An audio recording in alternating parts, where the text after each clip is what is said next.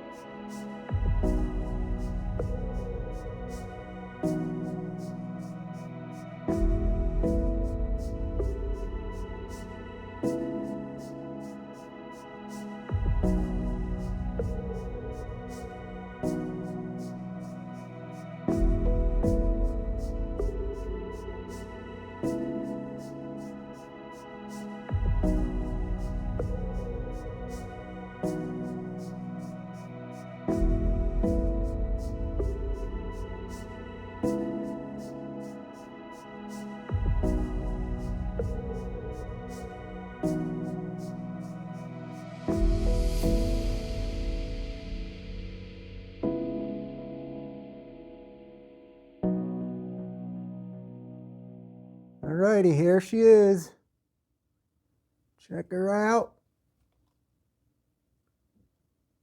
What a build. This is has kind of like gearboxes like the Hot Shot and stuff like that, but that steering is wacky. And it's funny, if you grab the bar here for the steering rod and you move it left and right, this Tamiya has hardly, it doesn't even have any play when you put it together, whereas other Tamiyas have the slop. The only thing that has the slop is the A-arms and the way the ball studs go on the A-arms. I'm surprised the steering is actually tight on this thing. We're going to put it on the table and rev it up so you can see how it goes and how the steering works. It's weird. And I'll give you some tips, I guess, or some things that I did to mine. Maybe you want to do to yours. Let's go on the table with it. All right, we're at the workbench. Here's some things I did to mine. Maybe you guys want to do to yours. I painted the valve covers, which I thought looked cool. And the exhausts with the cherry bombs out the rear.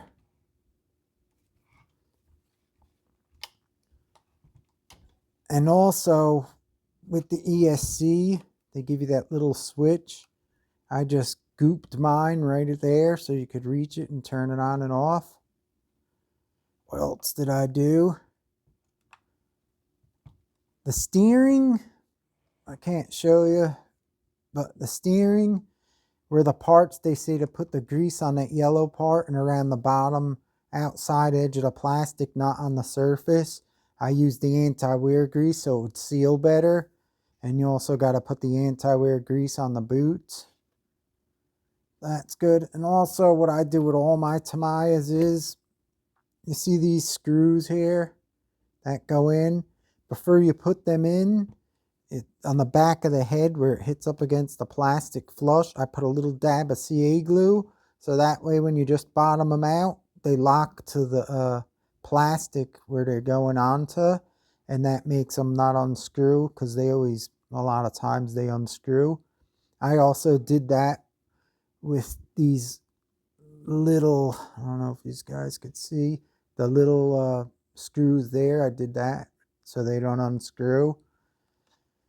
I didn't notice in the kit, so I used the ones on the part tree, these blue steering knuckles.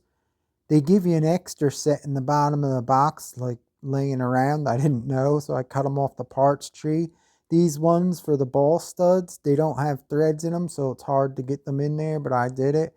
The other ones inside the bottom of the box, check for them, the loose ones. Those are pre-drilled with like a threaded part, so you could screw the ball studs in easy. What else? Oh, the cool motor with the big wig on it. Break that in at like 3 volts for like 30 minutes. And that works good. Maybe a little longer if you want. Also, inside the gearboxes, they have that little thrust bearing on each of the bevels where the shaft goes on each side. They're like dry. I don't know why they don't say to put any lube on them. So I put a dab of oil on each of the outside of the bearing where the circle is, where the hole is. And I also got the ceramic grease and I packed some in it and I spun it around and made that so it has the grease on it, because that's a dry part and then it moves. It's not good. So I always do that with these types of gearboxes. I lube up them thrust bearings, because I don't know, it's never good to run a dry bearing. It's not good at all. What else did I do? Let me see if I could get this off. This is how the top comes off. I sanded my top here a little bit because it scrapes really hard. But you don't want to scrape it all the way off, because I noticed when you have this in, I think they make it scrape. See how it's hard to push down? When you push that down, it hits this gearbox hard. And what that does is it takes the flex out of the chassis. Like when you bend the chassis forward, because it hits this, it's actually like a strap. It's actually like bolting on another piece of plastic on there. So don't cut this out over here so it just easily falls down easy. Like there's no pressure. You want pressure, or leave it stock, because I did notice it holds this from flexing. So that's probably why they did it. It's like a stiffener. But anyhow, that's that.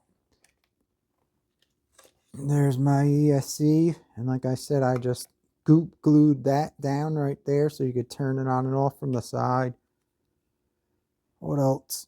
Oh, use the anti-wear grease on all the bevel gears and stuff. I used that on mine. You could see, look, it don't spin up like if you just use the ceramic grease.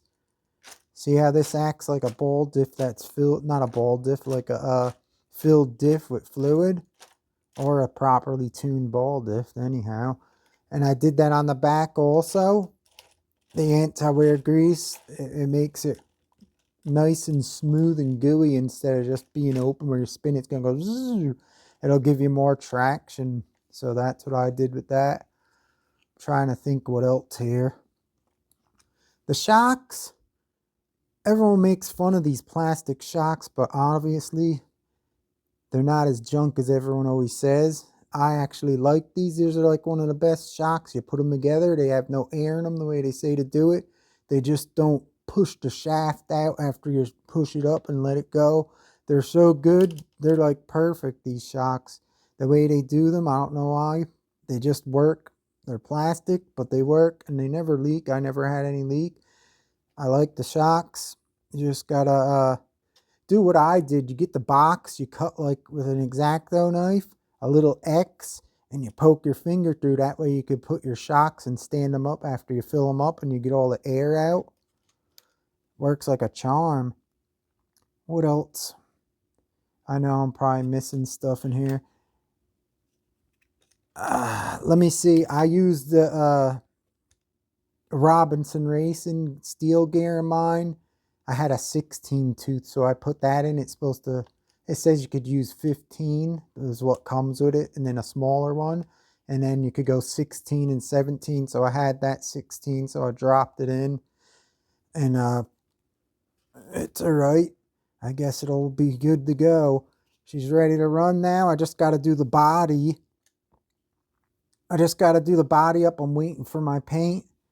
So let's put it up on something and give it a test real quick here.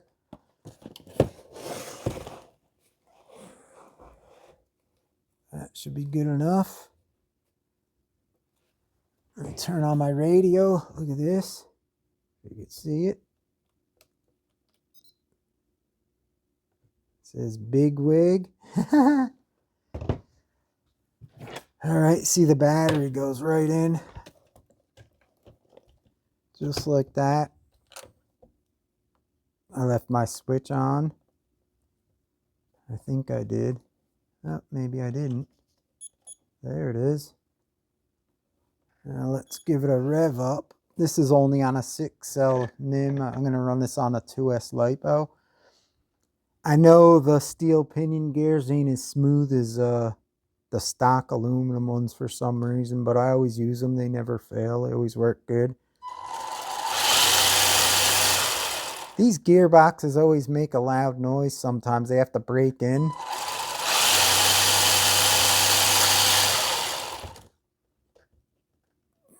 You can see there's like a lot of slop like usual. That's why it's like bouncing around. Let me show you. Let me see what this side looks like. And then I'll show you the steering. It's funky.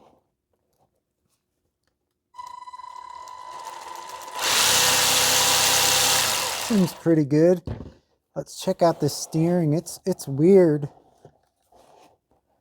But like I said, there's no slop in it, which is kind of good. The only slop you get is from, see that is the A-arms moving and the ball studs in the joints on the A-arms.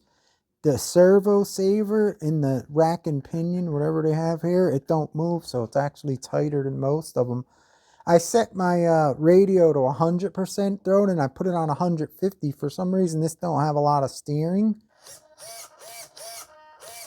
I have to adjust my endpoints. They're a little bit too far. You could hear it.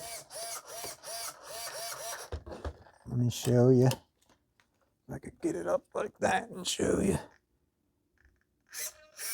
It doesn't have a lot of steering.